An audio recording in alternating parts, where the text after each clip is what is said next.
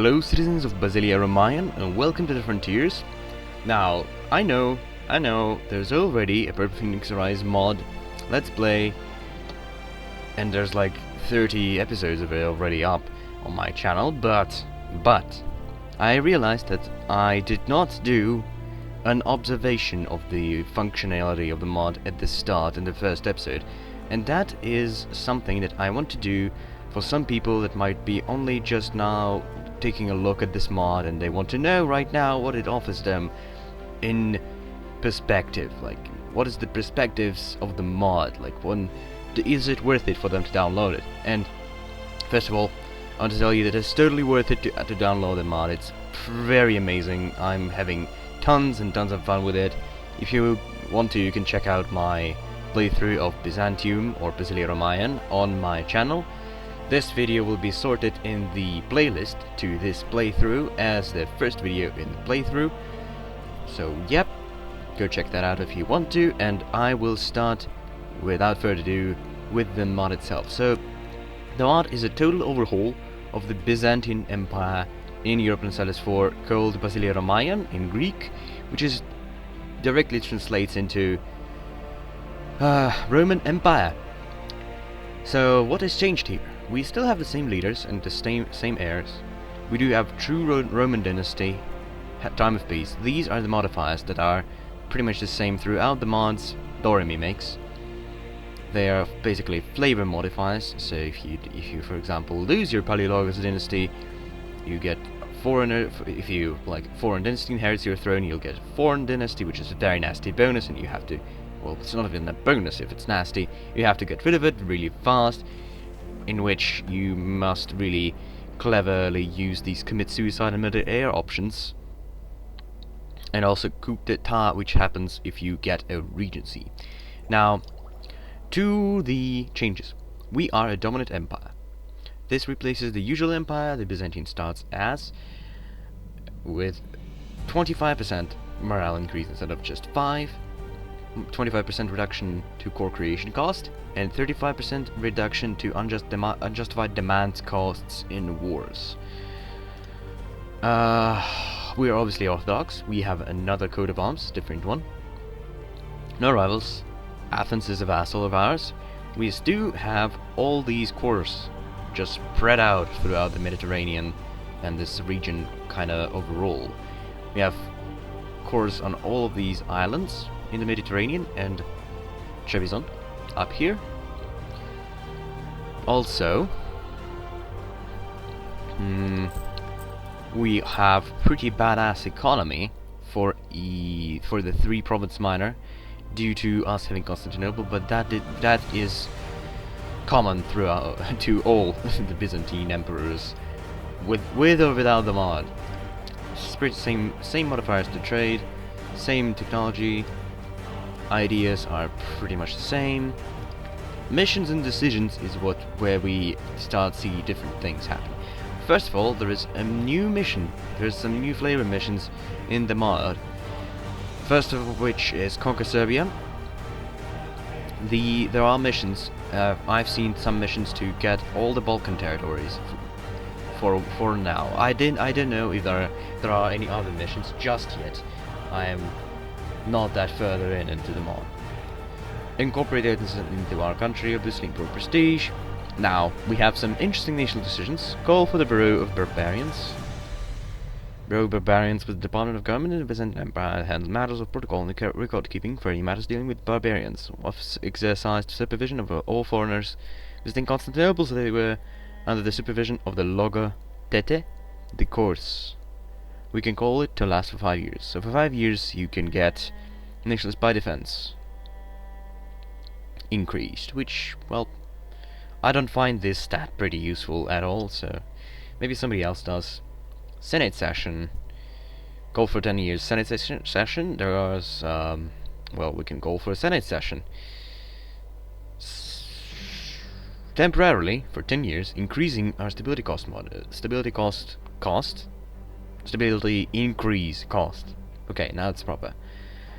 Get some less prestige, but more diplomatic relations, more taxes, and lose money and diplo power. Appoint state officials These are pretty much common throughout the mods. They let you pick an official. You are offered with an official. Like with a list of officials, you can take 5 in each category, and you pick them, and you get some interesting bonuses. Like, for example, if you pick financial official, there's advisor cost at the cost of some morale. There are national tax modifier for at the cost of some morale. Idea cost at the cost of some morale of armies. Infantry cost at the cost of some navies morale. And finally, production efficiency at the cost of some discipline. I usually prefer taking advisor costs later on, because 33% is really gonna help you out with keeping your bank. Now we can pick a palace official, like yearly prestige for the cost of stability. It's legitimacy, the cost of stability. This bonus should be improved in my opinion. Diplomatic reputation at the cost of some stability. Diplomatic relations at the cost of stability. Diplomats at the cost of stability. Like, let's pick a diplomat, for example. We can pick a military official. Discipline at the cost of tax. Morale at the cost of tax. Cavalry combat ability at the cost of tax. Morale of navies at the cost of production. Mercenary maintenance at the cost of production. So as you can see here, these kind of compensate themselves. But you can pick not to do them. Finance gladiator games. We can finance gladiator games if we don't have Regency Council, and in which case the event fires, which I have already did later in the playthrough. If you want to see that event, you can go check that out or do it on your own. Reform Senate and expand the University of Constantinople are very interesting decisions. They are connected to the faction system, which I will touch later on. Call for the first Ecumenical Council. These are pretty much the same as the ecumenical councils with the Austria and the Russia and the Prussia mods. We can also challenge the HRE claims, for which we must have the modify the pentarchy. We could lose the 50 diplomatic power, but I'm not sure if anything else happens. If we could do that, we should try to convince whomever will listen to this fact. The Frankish Emperor will not be pleased, of course. Adopt a new heir. This is also a pretty standard decision here. Forced westernization is also, I've seen that before. Attend renovated university and attend Senate session. These both have to deal with your ruler directly. And these are supposed to help you out with the rulers quite a bit. Restore the Roman Republic. You can play as the early Roman Republic. It gives you new traditions and ambitions, and also changes your type of government to SPQR. And you also gain claims to all of the Italian region. Disband Senate if you don't like it. Now it costs me 500 ducats and forced stability. Doremi, you bastard. I know this used not to cost as much as it does. It used to be like 50 ducats and 50 diplo power. Now it's 4 stability and 500 ducats. Doremi, you're a bastard. If you really want to play without factions, you can press this button. Okay. But with these, you might as well play with them. Claim to be the Great. There's, yeah, you can become Great Emperor if you have ruler skills of at least 5 in each. You can dismantle all our Senate demes. Demes will be removed as well as all of their effects. So I guess the C to D problem was fixed later on in the game. Okay, claim to be the Great. Civilization of Church Gold. At war with religious enemies. We could take their money, basically, at the cost of stability, diplo power, and religious unity and missionary strength. Temporarily, of course. We could also restore the Roman Empire. In order to do that, we have to own a bunch of provinces, and we will do that. We will become the true Caesar. We gain claims on the Italian region. The time of government changes to modern empire. Morale plus 25, core creation, pretty much the same as this empire. Gain 50 prestige, country changes, gain new traditions and ambitions. Coup d'etat attempt is an attempt to kill the heir. Restore Hexamillion Wall. For fort defense, but we must be at war, and we must have a military engineer, we must have prestige, military power, stability, all that stuff. Could introduce a bride show, which I've already seen before in the Russian playthrough, but apparently this bonus is a lot stronger than it used to be in the Russian one, because this one is 50%, and the one in the Russian mod was about like 20 or 30? Bride show. Yep. See, because it's in Europe, this is mimicked in the Russian mod. This this decision is mimicked in the Russian mod. Not from, introduced by Dea Regia. For some legitimacy. Okay.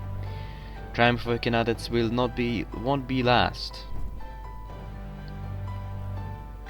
We can say that and gain 1 stability, 15 prestige. Huh. And prestige from naval battles, which will be permanently increased. Reintroduce Greek fire.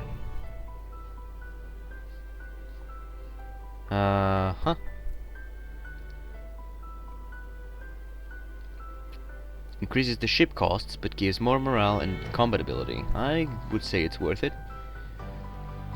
Byzantium military manual studies. This is a very good event. This is a very good decision to take. You kind of get less prestige from naval battles, and you kind of pay more for your armies, but you can easily offset by some ideas, which are pretty handy. And well, you gain combat ability and discipline and military attack cost. Re-establish Varangian Guard for some more national spy defense. Renovate the Sacred Palace for legitimacy and prestige and relations at the cost of reduced spy defense and reduced stability. It costs you a lot, but okay. For the Byzantine Army Glory, these are basically Army-Navy focuses.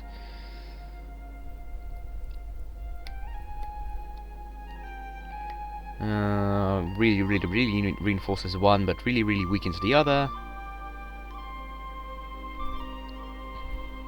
Change to Administrative Diplomatic Military Empire. These are pretty much standard, I would say. A little bit nerfed here, minus 0.03 now.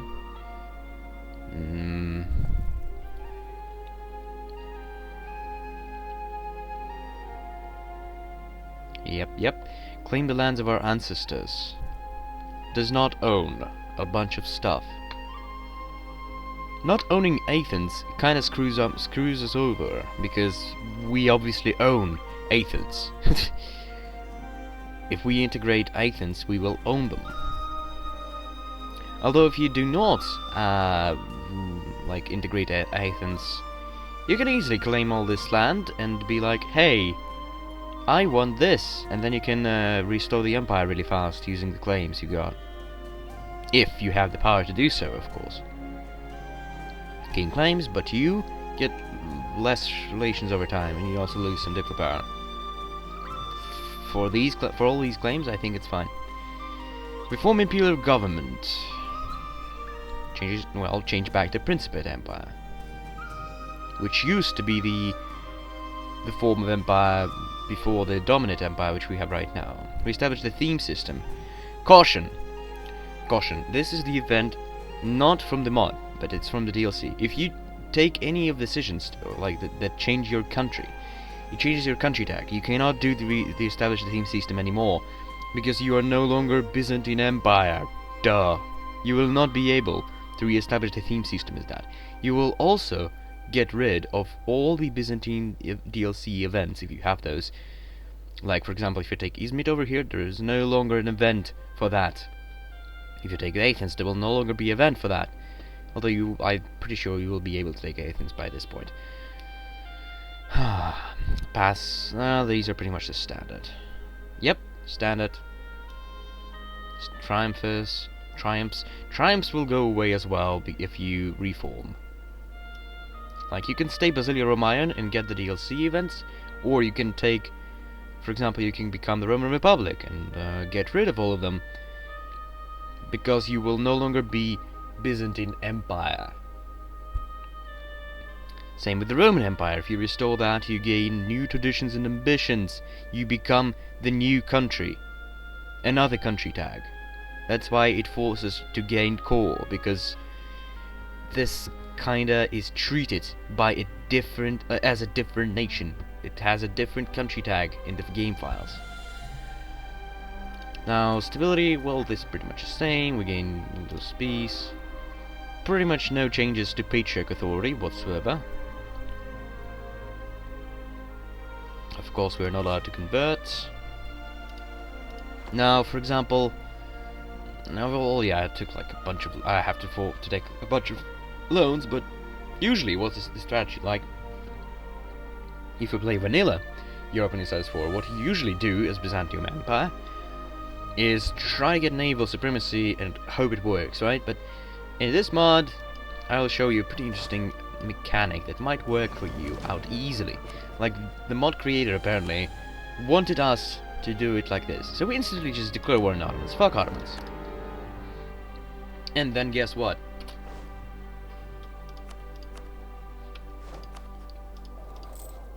Yeah, all of our maintenance is on the level. Well, it also forces us to choose difficulty. Okay, well, Europa Universalis, it's a welcome message. It offers you to take some ducats for free, because if you're a newbie and you want to, if you want to boost your empire and you like, I think I'm not gonna handle the Ottomans, or you can say I'm a true Caesar and gain 999 ducats. So say I actually didn't do this properly. I should have waited a little bit, but I just wanted to show off these little quick events because I close this video. Because, okay, this is what happens if you declare war, or somehow get into a war with the Ottomans. You get these two events. Oh, did I press I'm a newbie? I pressed I'm a newbie. Okay, well, whatever, money. I'm not gonna do this playthrough anyway. If you want to watch a playthrough, again, of this mod, again, this video is gonna be placed first in the playlist, but it's actually not the first video in actual playthrough. It will be you're gonna watch other videos. If you want to see a full playthrough of the mod, watch the rest. So you get these two events. You gain free admiral and a bunch of fleets and an Eastern Knight. You gain a military general, a bunch of ships and the knights. And also you get Genoese aid for morale of armies and navies plus 25%. So you basically jump from having 9 ships to having 27 ships. You can just blockade this the Sea of Marmara. So what happens is, you usually do is Byzantium is you wait until this war with Albania ends, because Ottomans, they start out obviously with a war with Albania.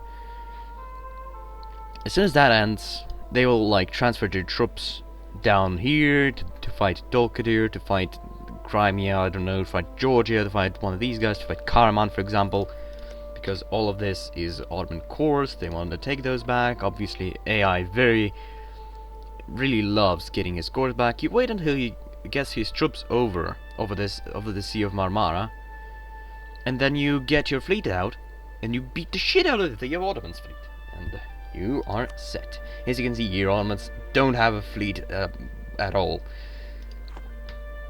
And that's how you do it, pretty much. Then, when you block the way, you just siege down all of the Greek holdings. At least that's how I think it's supposed to work. I did this tactic a long time ago, and also don't forget that all this is based on luck. All these strategies are based on luck. Whether you want to beat the Ottomans or whether you want to win the war, 100 Years' War as England, it's all based on luck.